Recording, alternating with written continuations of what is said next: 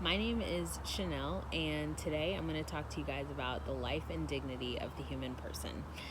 Before we start, though, I want to tell you a few things about myself. One, I currently live in Philadelphia, Pennsylvania.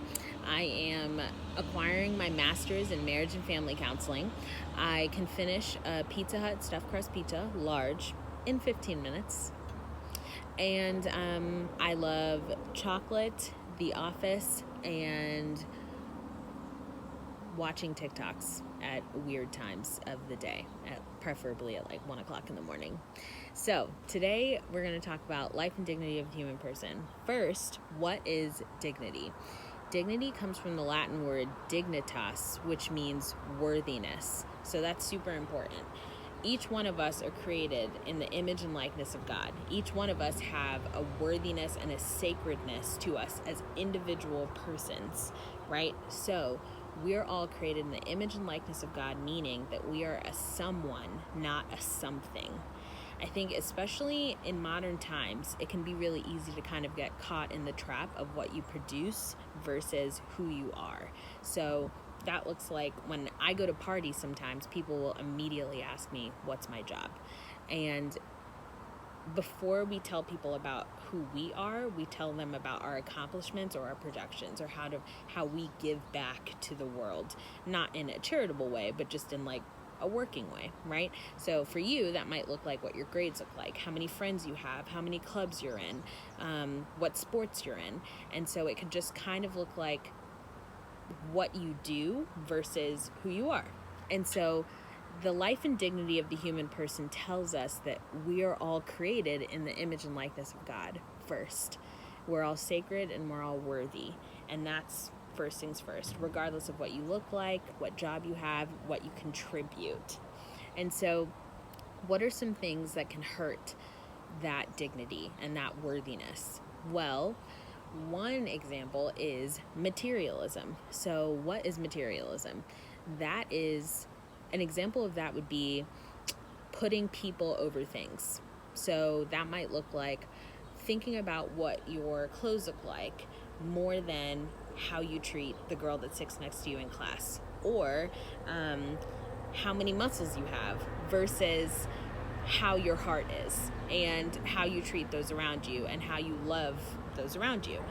Because the life and dignity of the human person doesn't just tell us that we have dignity and respect and value from God, not just as individuals, but as a community, right? It doesn't just talk to us about how we are as individuals, but how we should also treat people.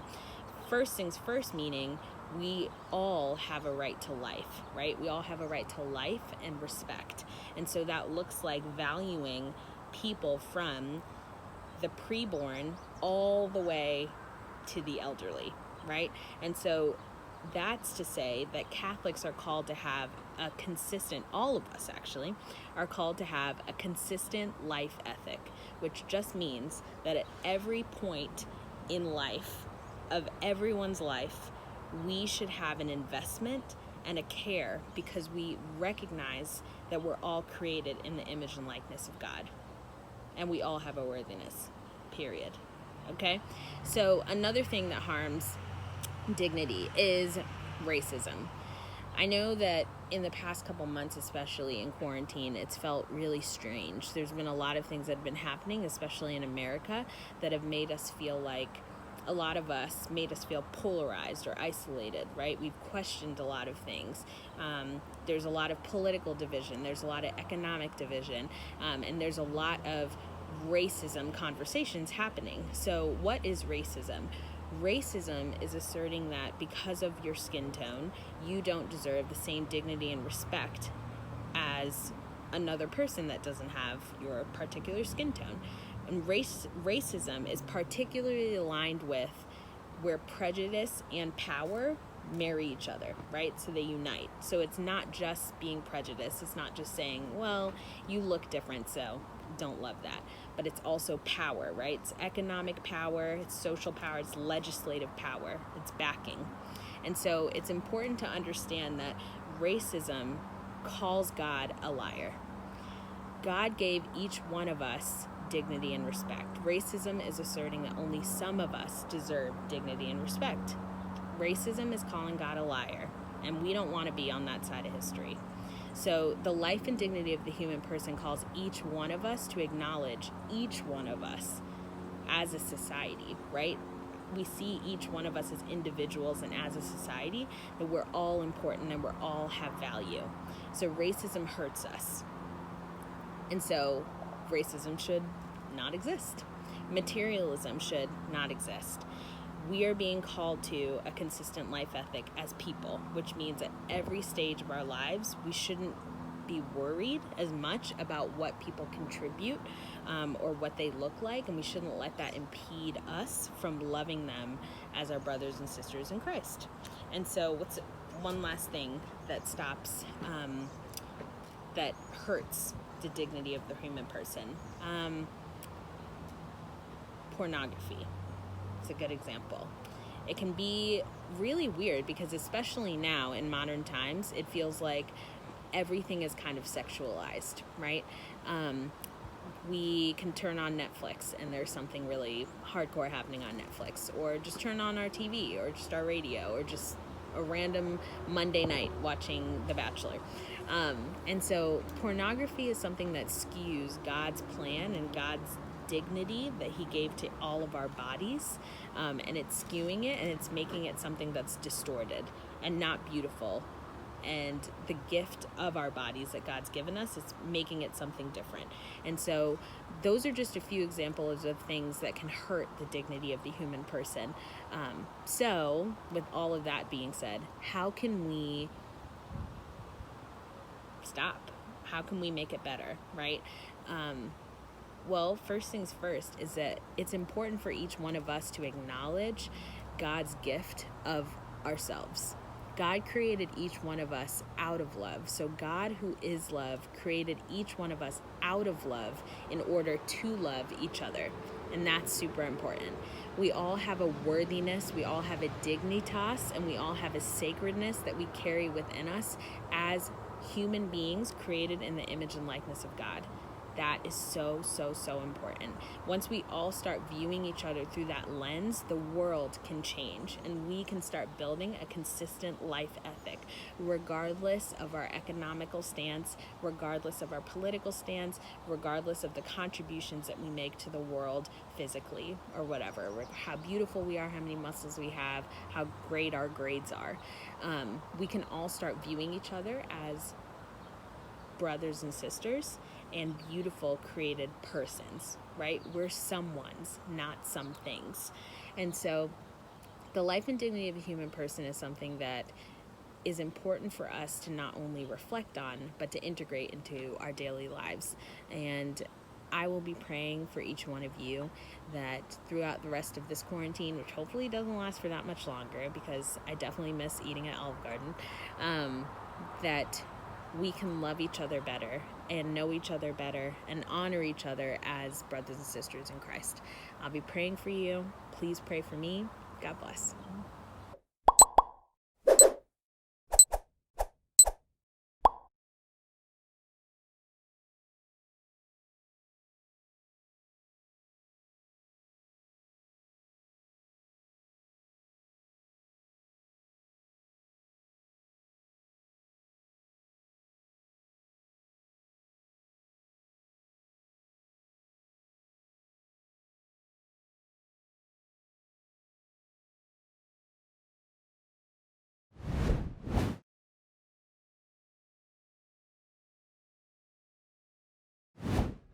Hey guys, it's Jim Weir with Alive in You and St. Joseph Catholic Church in Fayetteville, Arkansas, and I am not at home. As you can see behind me, we're here on a lake.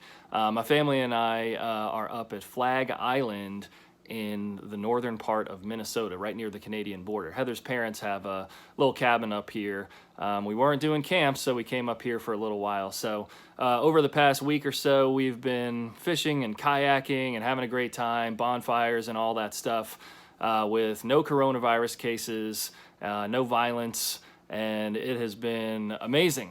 And the reason why I'm sharing that with you is not to rub it in.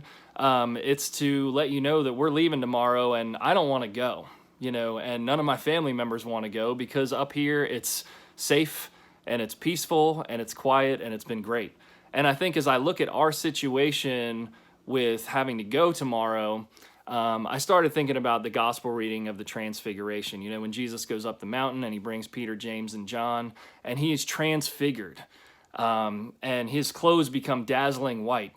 And then Moses and Elijah show up, and Peter, as you can imagine, is just completely in awe of what's going on. And he's just like, Jesus, just say the word, and I'll build us 3 tents right here. And it's like, in his mind, it's like, we can just stay here forever, which in hindsight is probably one of the most ridiculous statements in the history of mankind. You know, sacrifice so that humanity can live forever, forgive everybody's sins, or hang out in a tent.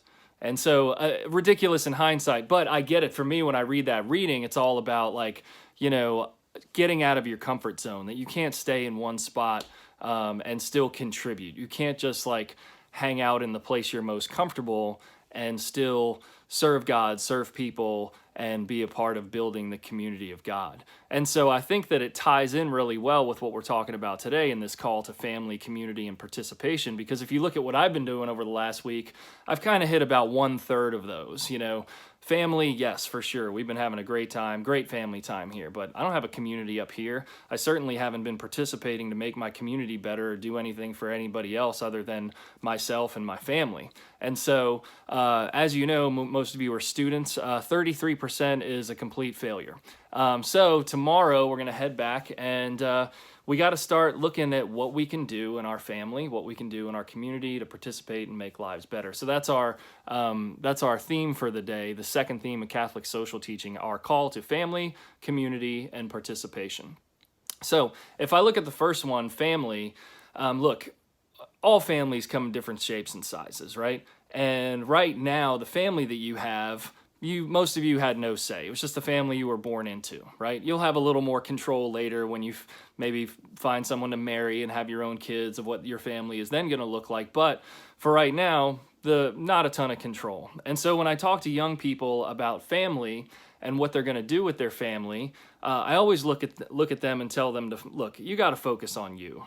You got to focus on what you can bring to the table, because honestly, it's easy to look at your family and be like, oh, my family would just be so much better if my mom would just like chill out for once, you know, or my family would be so much better if my little brother wasn't so annoying, or if my dad ever showed up for dinner, or and so on and so on and so on. And it's super easy because you live in such close quarters with these people to find the flaws in other people. And so what I guess I'm challenging you to do is to find what you can bring to the table in your family. And so if you look at your comfort zone and your comfort zone is laying on your bed watching Netflix all the time, guess what? You're not participating in your family and making it better. So think about ways that you can do that. Maybe pitch in with your mom. Thank your dad for working so hard. Talk to your brother and be like a little bit more of a mentor sometimes, instead of just someone that's knocking them down or whatever. And so we got to look at these things of how to be a better son and daughter, how to be a better brother and sister within our family. Because as we know, hopefully you've heard this before, your family is your first church. And if you can't treat your first church with the dignity and the respect that they deserve, then it's going to be hard to do that elsewhere, okay? And so the second one and third one, community and participation, kind of go together hand in hand. We're all part of different communities. Our town that we live in is a community. Your classmates at school is a community. Sports team is a community, and so on and so on. So I think most of us have noticed over the past few months that we are not called as human beings to live separate from each other. It's been very hard for a lot of people over the last few months as people have been staying home and things like that.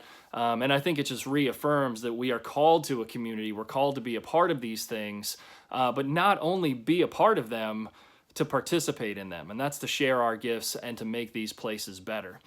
So if we are doing that, what does that look like right now? It's hard. You can't even leave your house sometimes. There's restrictions all over the place. Well, I know one youth minister in Mississippi was doing letters to people at nursing homes. His students were writing to him, and they started writing letters back and forth with these people. It's just an easy way to plug into your community without doing something face-to-face. And so we're called, to wrap this up, to our family. We're called to participate in our family. We're called to participate in our community. And if we're doing that and we're doing it properly, we're really building the kingdom of God and we're making this world a better place. So in a second, when the slide pops up to read some of the background, some of the readings behind it, thank you again to Brick House in the City for those. But before you read into those, the first thing I wanted to ask is, what is your comfort zone? Where are you most comfortable? Because I think it's important to identify that so we know some of these areas that we have to break out of. It doesn't necessarily mean that those things are bad, but it means that those things make us super comfortable. And if we're doing those things all of the time, are we actually contributing? Are we actually participating in our family and in our community in order to build the kingdom of God? So God bless you guys. Thank you so much. And God willing, we will see you at an Alive in You camp next summer.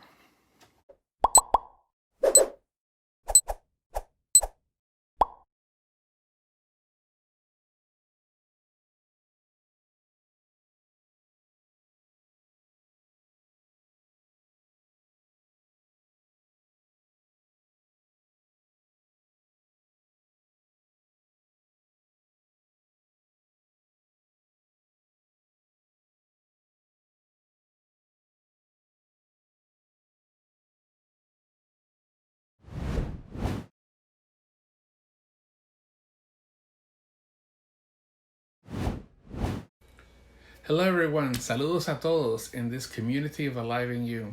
I wish that we were all together in a summer camp at this moment in our lives today, but today I'm talking to you from my house. My name is Carlos Bernard. I am the Director of Youth Ministry for the Diocese of Orlando, and it is an honor and a pleasure to be with you as we gather together as one community to learn and to listen from each other. Today, I wanted to take a few minutes to talk about one of the major Catholic social teachings that we have been learning about throughout these small video gatherings. Let's talk about the rights and responsibilities of all people. Throughout these days lately, this Catholic social teaching has been a busy one within our lives. Let me briefly explain. To understand the importance of rights and responsibilities for all, we must have a clear understanding of the basic Catholic social teaching. Catholic social teaching is rooted within scriptures. For example, have you heard of performing random acts of kindness? This phrase is commonly seen as an invitation to do something nice and unexpected for another person. But kindness shouldn't be a random act we perform at a random moment. Rather, kindness is something we should integrate into our lives at all times. Imagine what a world would be like if every day each of us were kind to every person we encounter, whether we knew the person or not. Imagine if kindness were seen as a responsibility of all people and not just an act to perform randomly when we feel like it. Just look at the world that we are living in today. We have seen violence lead to more violence. We can do the opposite and teach others that when we practice kindness acts, these acts can create even more acts of kindness towards each other. This is why in the book of Micah, he talks about a simple formula of kindness in doing God's will. It is not a random choice, but a human responsibility. The Catholic tradition teaches human dignity can be protected and a healthy community can be achieved only if human rights are protected and responsibilities are met. Therefore, every person has a fundamental right to life and a right to those things required by human dignity. Corresponding to these rights are duties and responsibilities to one another, to other families, and to a larger society. These past days in the news, the social media, and other forms of communication, you've just been hearing of all the craziness of this world, especially the pandemic we're living in. We need to remember about our responsibilities in helping others. Pope Francis says that we need to be hope for those in despair. We need to go out of our comfort zones and to be good neighbors to sisters and brothers in need, to those who are suffering, with inhuman dignity. Consider the outpouring of love and concern that is going on with everything that has been happening in this year. Strangers are donating blood for hope to help others who are sick. Others are donating money to those who are hungry or to those who have no place to live because of a loss of work. So many good stories of heroism has been revealed to true nature of individuals in society united in a time of crisis. When conditions exist in a society that allows all people, either as a group or individuals, to reach to their human and spiritual fulfillment more fully and more easily, the common good is achieved. The concept of common good is an important element of Catholic social teaching. Human beings have a special place in creation. God made us in the image and made us to become one of us. As such, each human life is sacred and important. The basic fundamental foundation of our treatment of other people can be found in Genesis, in the book of Genesis. Each human being is created in the image and likeness of God. Genesis chapter 1, verse 26. That doesn't mean that we need to pray to each other.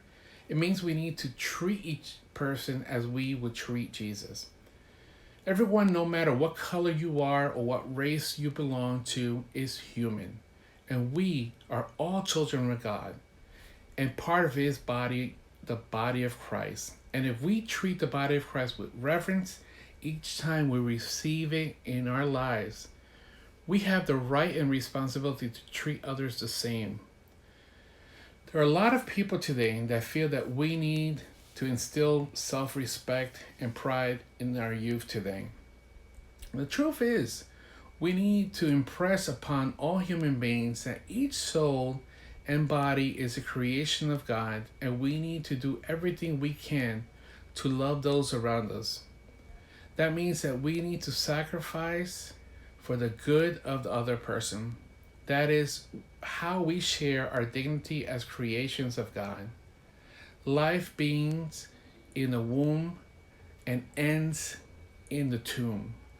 The dignity of both womb and tomb were raised by the virtue of Christ's presence in both. We cannot be partially behind the gospel of life. We must embrace all of it, for life comes from God. I leave you with a small assignment. Read the Gospel of Matthew, chapter 25, 31, verses 31 through 46. Just as you did to the least of these, you did it to me. An assignment won't be right without question for you to ponder within your heart. What specific responsibilities do you have to people today in the world today? For whom and what are you responsible for? And when, if ever, does your responsibility to the rest of the world end? God bless you. And remember, you have a right and responsibility to others. Amen.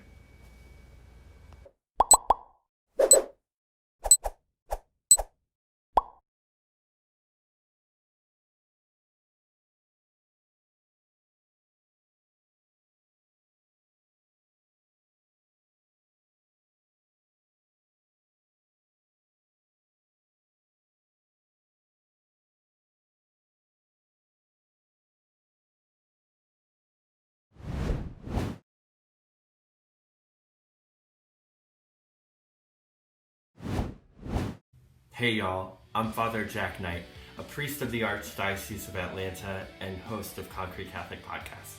I'm so excited that today I get to share with you exactly what the option for the poor is in Catholic social teaching. So let's get started.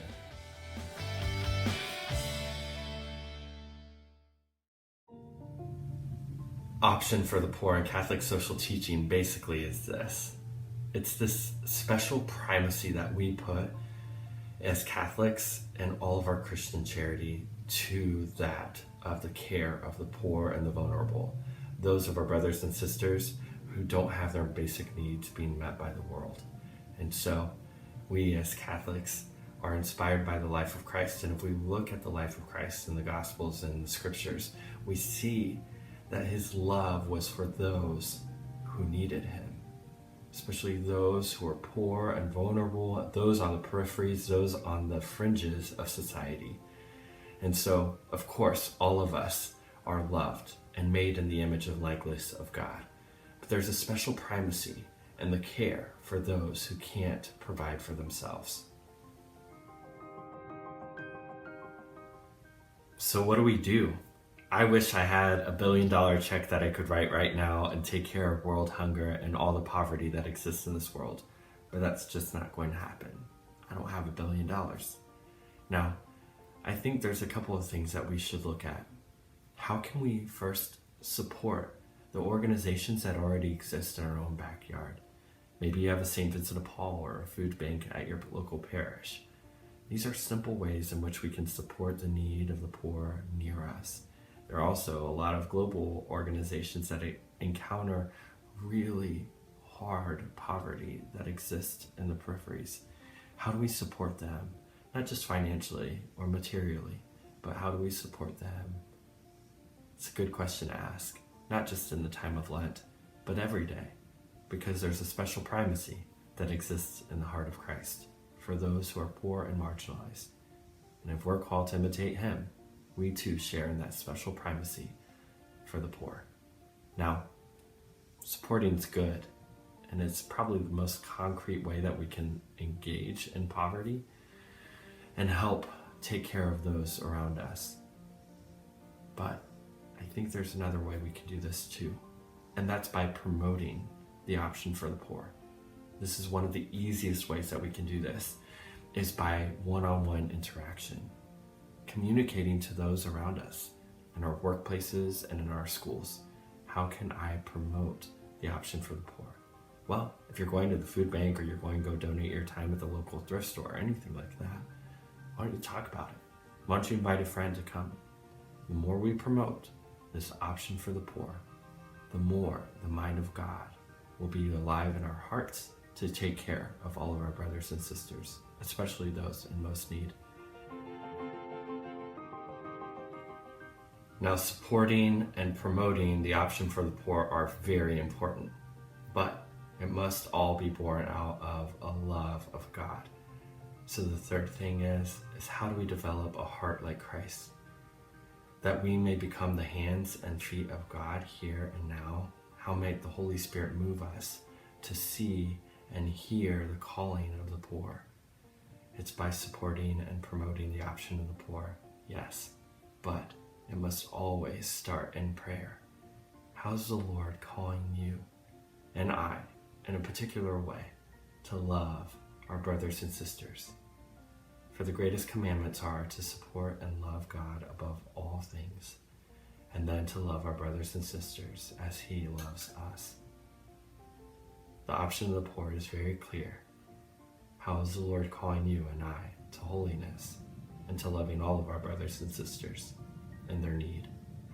Let's jump back into our life with our eyes open and our ears open so that we may see and hear the cry of the poor. God bless y'all.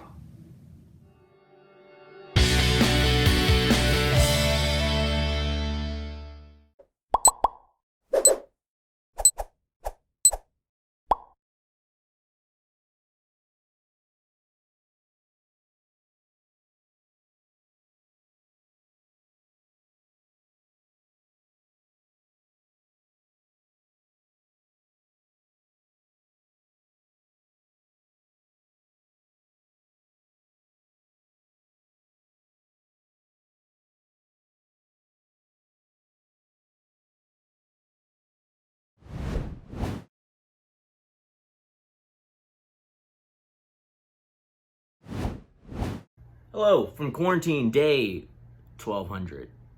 It's been 4 years. Not really. Today we're going to talk about the dignity of work and the rights of workers. And we're going to do that in 4 to 7 minutes as instructed by answering 3 simple questions. What is work? What is value? And what does the kingdom of God look like? We're going to answer all 3 of those. So, first one, what is work? Work, simply put, is the participation, I love that word, in creation. We participate. As human beings, we are part of creation, and we are called to participate in it. We are called to take care of creation. So everything we see around us, including ourselves and including the people around us. And that's what we're going to be talking today, is about workers, those who are called to participate in creation, which is everybody. We are also called to take care of those people as well, because without those people, then creation is not going to be helped. In fact, it's going to be destroyed, and we can't allow that to happen. So first thing I want to get off when talking about work is Bloom's taxonomy. And if you're not a teacher, but you do want to be a teacher, this is it. It's a pyramid, it's color-coded, and it's going to be tattooed on your chest.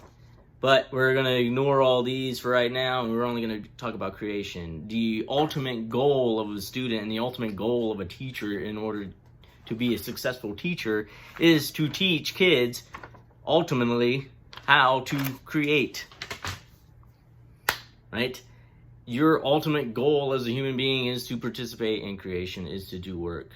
And that is what work is, right? Helping create. If you are destroying the environment, or you are destroying other people in order to get something that you want, then you are not creating, you're not participating in creation, you are destroying, you're participating in destruction.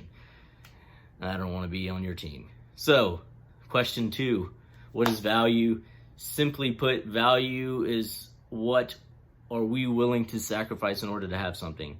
When speaking about products, we use money to determine that. How much money are you willing to sacrifice to have this product? My favorite pizza right now, at this moment, living in Tucson, Arizona, is Los Olivos Pizza right down the street from me. It's $10 for a 14-inch pepperoni pizza. And I am very willing to sacrifice $10 for a pepperoni pizza. And it's good. So that is value in a very simplistic, very small nutshell. What I want to get at, though, is that there are things that are so valuable that they become invaluable. And invaluable is not the opposite of valuable. Invaluable is the state that comes after being valuable, right? It's so valuable that it's necessary. There's nothing, you can't even say how much you are willing to sacrifice, because without it, there would be nobody to sacrifice anything for it. And those things are needed in order for a human being to live and to prosper and to flourish in this world and society.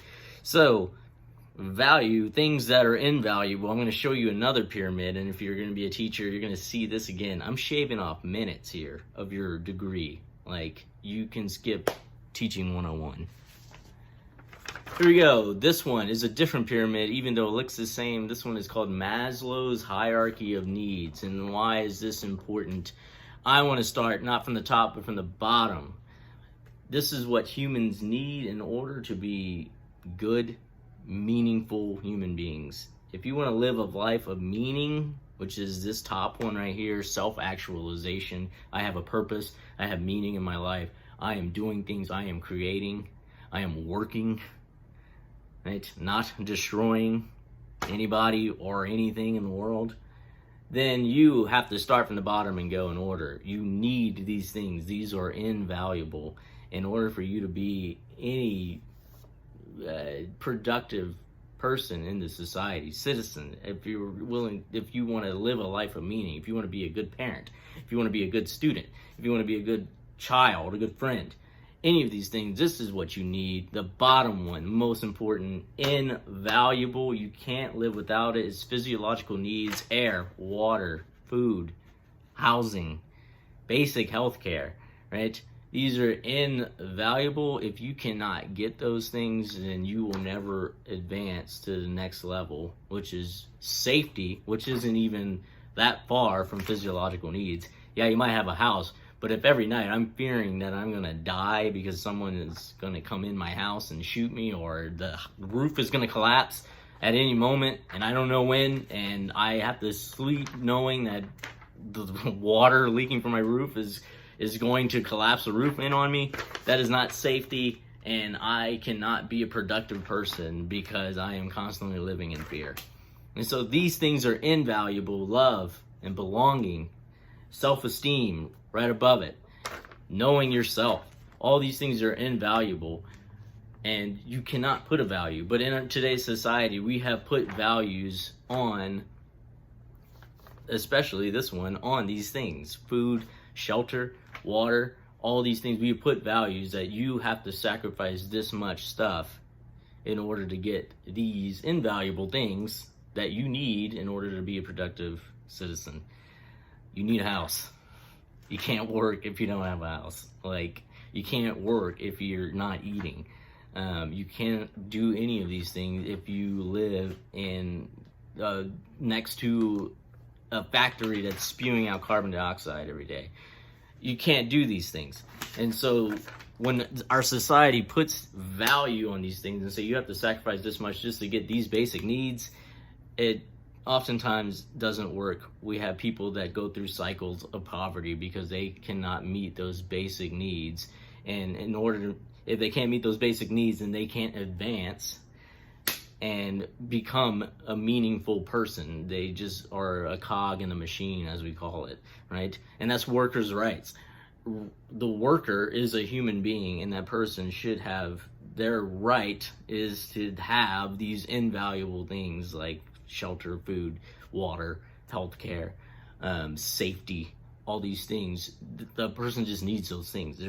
They can't sacrifice anything for it. And so that leads us into our final question, the hardest one. What does the kingdom of God look like? In the Bible, Jesus says the kingdom of God is right here among you. And at Mass, we say the Lord's Prayer where it says, on earth as it is in heaven. Well, if that is our cry, what does that look like? I can tell you what it doesn't look like. It should not look like 500,000 homeless people in America right now. It should not look like millions of people going to be evicted from their apartments and from their rent houses at the end of July because they haven't had a job in 3 months. It should not look like that. It should not look like a mother deciding between eating a meal tonight or paying rent, or a grandmother shouldn't have to decide between taking insulin for the day or feeding her children. Like, these are basic rights. They're invaluable. They should always be there. In order to succeed, in order to be a good worker, in order to participate in creation, we have to come together. We have to supply these basic needs to everybody. Everybody has to have them. If we say, well, almost everybody can have them except these people, that group of these people gets bigger and bigger and bigger, and the group of people that have these things gets smaller and smaller. And we see that in society today. It is no longer a political argument. Income inequality is real. And in this country, in this society, the rights of workers is having those invaluable needs supplied to them, right? In order to work, in order to create. And there we go. And that's it. 9 minutes. I went over 2 minutes. Well, we did it.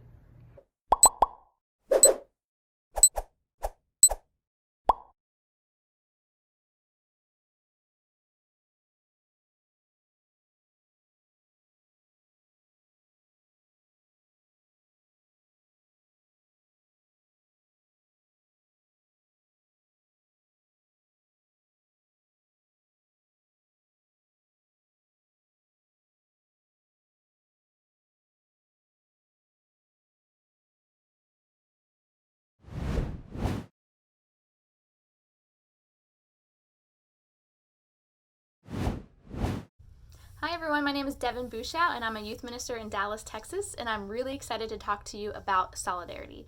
And for me, whenever anyone says, like, in one word, tell me why you're Catholic, I always say the word solidarity. It's the belief that we are all one human family. So it's the belief that no matter who we are talking to, we have to address their humanity and the fact that they are a child of God before we address them. And to me, it's really the root and the core of all other Catholic social teachings, because before you can serve someone, you have to recognize their humanity, and you have to recognize that Jesus died for everyone. No matter what they believe or what they look like or who they are, Jesus died for everyone's sins, and it's up to us to really unite the world with this teaching of solidarity.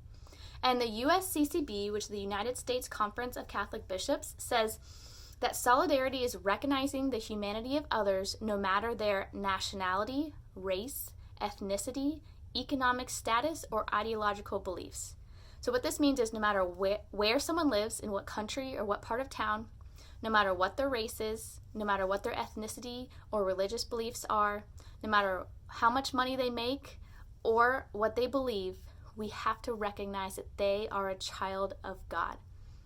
And one of my favorite things about being Catholic is just the word Catholic means universal. And we really live that out because everywhere in the world, there's always a Mass going on somewhere, and it's always the same. It will be the same readings, the same order, all around the world. And you can go to Mass in any language and understand what's happening, and you can read the readings of that day, and somebody 2,000 miles away in a completely different language are also reading the same readings of that day. And it really unites us. The word Catholic really means universal, and that's what solidarity means, just recognizing the universality of our church and our faith and of humanity. And some saints that have lived this out, there's a lot that come to mind. Basically, anybody who served someone who looked differently than them or lived somewhere different than them. And the first one that obviously comes to mind is Mother Teresa, right? She moved really far away to India and served everybody, no matter how much money they had, how sick they were, or even if they were about to die. She recognized their humanity. And another saint, or someone who's in the process of becoming a saint, is Servant of God, Sister Thea Bowman, and she was a member of the Franciscan Sisters of Perpetual Adoration. She lived in America, was actually the granddaughter of slaves, and did a lot of her work here in America in the 1970s and the 1980s, and she worked to break down racial and cultural barriers within the church. And she talked to bishops, she was an educator, and she really worked to create a more united church. And she really lived out this Catholic social teaching of solidarity. And when we think about Scripture and what Scripture passages remind us of this Catholic social teaching, I turn to 1 Corinthians chapter 12, starting at verse 12. It's one body, many parts. As a body is one, though it has many parts, and all the parts of the body, though many, are one body, so also Christ. For in one Spirit we were all baptized into one body, whether Jews or Greeks, slaves or free persons, and we were all given to drink of one Spirit. And the passage goes on to remind us about our body parts, right? That they all work together and you can't neglect one. They all are just as important to making the body function. And the passage ends with, if one part suffers, all the parts suffer with it. If one part is honored, all the parts share its joy. And we have to remember that if we notice someone suffering or we know people are being excluded, it's our job as Catholics and as humans to reach out to them and to right that wrong.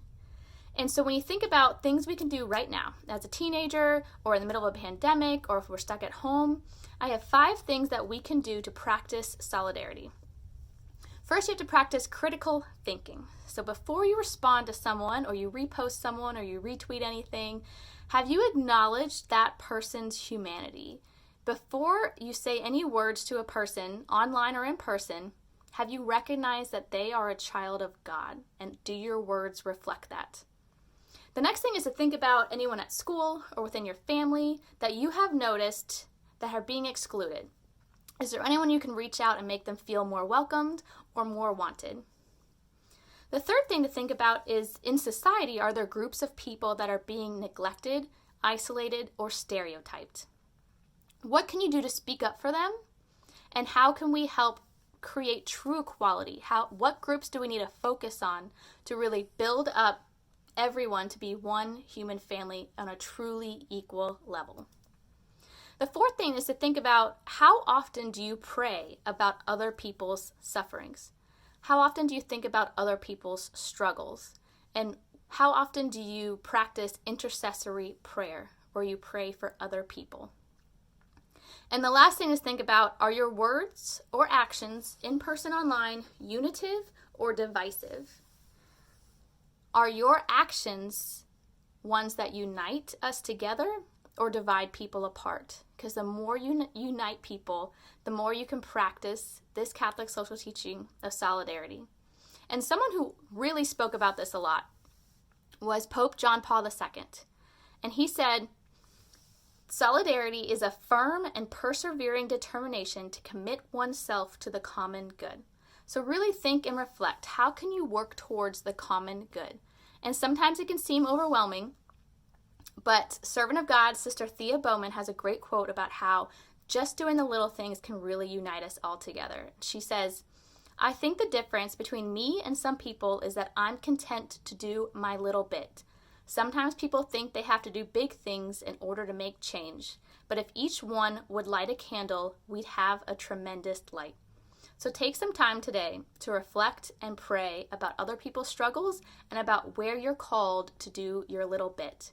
Because when we all do our little bit together, we can truly practice solidarity.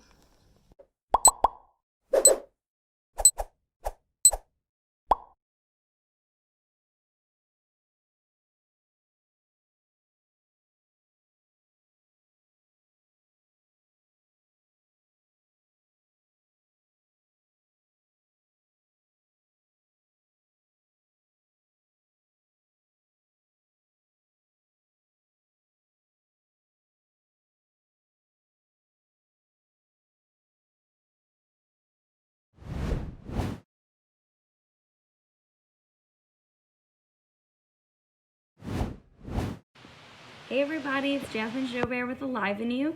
I'm so excited to be finishing off our series on the Catholic social teachings with the 7th one, which is Care for Creation. Before I get started, I want to be totally vulnerable with you that when this talk was assigned to me, I told Jim, let everybody choose and I'll just take the last one. So naturally, the one about creation was last. And so I heard the news that this is the one that I would be giving, and my heart sunk. And that's because I had a situation happen to me 4 years ago when I was a brand new teacher that has sat with me for the past 4 years. And a lot has happened in that 4 years. One being I gave birth to a child unmedicated, and this story haunts me more than that whole experience. So what happened was, I'm fresh out of undergrad. I'm teaching sophomore and senior theology.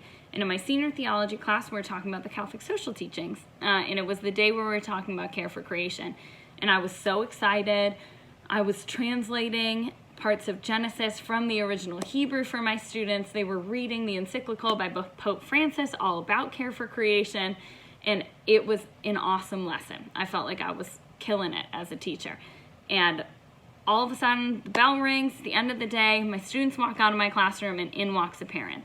And she walked in with articles that essentially were claiming that, first of all, that climate change shouldn't exist. Second of all, that as Catholics, we shouldn't have a focus on the Care for Creation social teaching. And she told me that by taking time to talk about creation, to talk about the things that are happening to the earth, I was disregarding the fight for the unborn, and that I was claiming that this mattered more than being pro-life in the context of unborn children, which obviously was not what I was doing. If she would have known me, she would have known that. But I think there's this misunderstanding in our culture a lot of times that if you care about one thing, you can't care about another one. And you have to pick one issue that's your end-all and be-all, and that's the thing you really care about.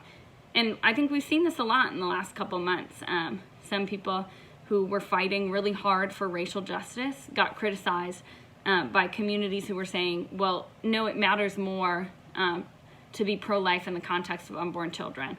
And recently, we've seen this surge of interest in human trafficking and the fight against it, which is great. But now there's this, well, this matters more than COVID now, rather than seeing that all of these things matter together.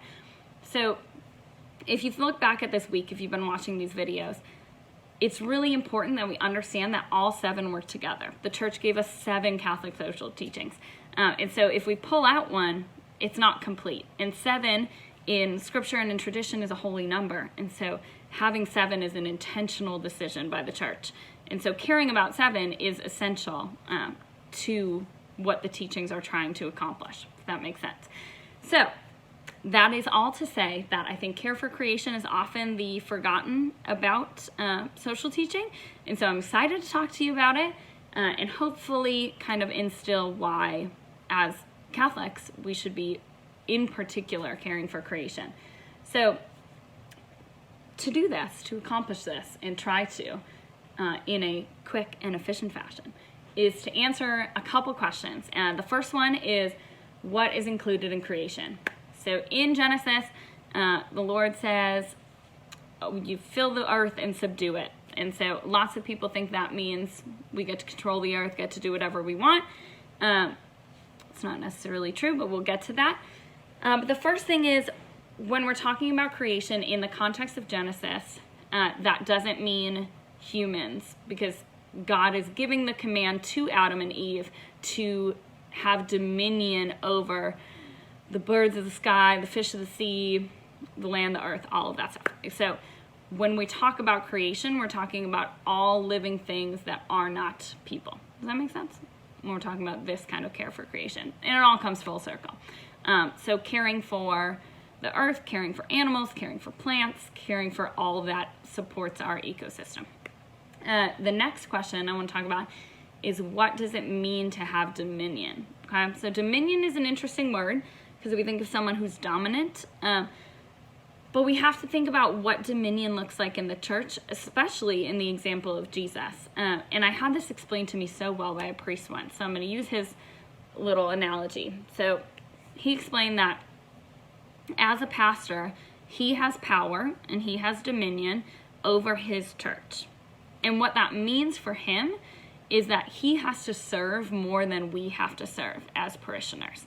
And so in the hierarchy of the church, it's really reversed, that those who are higher up, the priests, should be the ones that are serving us more than we are serving them, if that makes sense.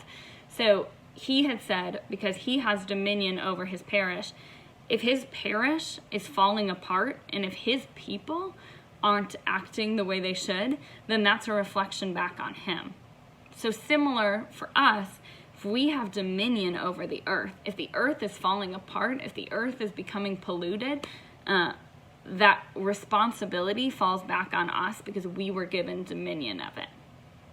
So what that means for us is that we are called even further to serve in that way, just like we're called to serve those who might be more vulnerable, which is one of the things we talked about this week. We are also called to serve creation as is commanded to us in Genesis. So that is what the power should really look like in the church. Think about Jesus. Jesus didn't lead necessarily with an iron fist. Jesus's power looked like servanthood. So much so that he humbled himself to come as a child, right? To come as a baby. And it looked like serving others. It looked like walking with them. And so for us to have dominion, to have power, is really a great responsibility. Like they said, with great power comes great responsibility. So we have this great responsibility to make sure that we are caring. Okay? So the last thing I want to talk about is, what does it actually mean to care? And if you think about it, lots of you know, I'm a parent. Caring isn't easy. Caring is not convenient. If you are a parent, or if you had a parent growing up, you know that once you go to bed as a kid, your parents still hustling after you go to bed because they care, and caring looks messy, and caring's really hard. And so as people who are caring for the earth, if you think about it this way, and you've all heard spiels about how to care for the earth, I'm sure. But little things, we moved to the South now. And in the South, it's much harder to care for the earth. I'll give you credit, okay? So you have to do things like call the city and ask for a recycling bin. And those kind of things that aren't convenient in your daily life.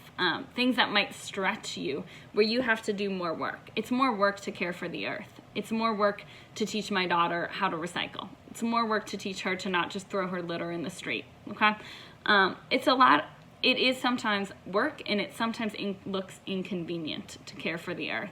But that's what all of caring is. And if you look back over the week and what we've done, fighting for the dignity of each human person is a lot of work, just like caring for creation is a lot of work. But we're called to do hard things in the church, and we're called to follow these teachings, which isn't always easy, and that is totally justified. And so coming out of this week, like, all of these teachings go together, and it's essential that we incorporate these into our lives. And I know that might seem like a lot. It might seem like a lot to look back over the week and think, oh, there's so many things to try to incorporate. But I urge you to maybe work on one social teaching every month and try to make it habitual until all of them are a part of your life and until they're happening like second nature. And I think that'll happen. And something to keep in mind that's really been heavy on my heart lately that might help you is that our prayer to the Lord should always be, break my heart for what breaks yours. And if we look back over this week, like, there are things in here about rights to workers, about human dignity, about rights and responsibilities, all the things we've been talking about care for creation, that truly, when they are not being upheld, break the Lord's heart. And so we are called to also feel that with him. And I think there's a tendency to only have our hearts broken for things that seem trendy at the moment, or maybe we, instead of praying, break my heart for what breaks yours, are praying, break my heart for what makes sense for my political party, or what my political party is fighting against. But the church calls us higher than that. The church is calling us to have hearts that bleed for the things that Jesus' heart would bleed for, which is all of the things we've talked about this week. And so hopefully we can incorporate those into our lives. And I think about the power that we have and the ability we would have as a church if we all came united to fight for these things, and how much change that could really happen. And so I empower you as youth ministers, as teens, as people watching, to really work to incorporate these into your life and see what kind of change you see as a result. We're praying for you, and have a great day.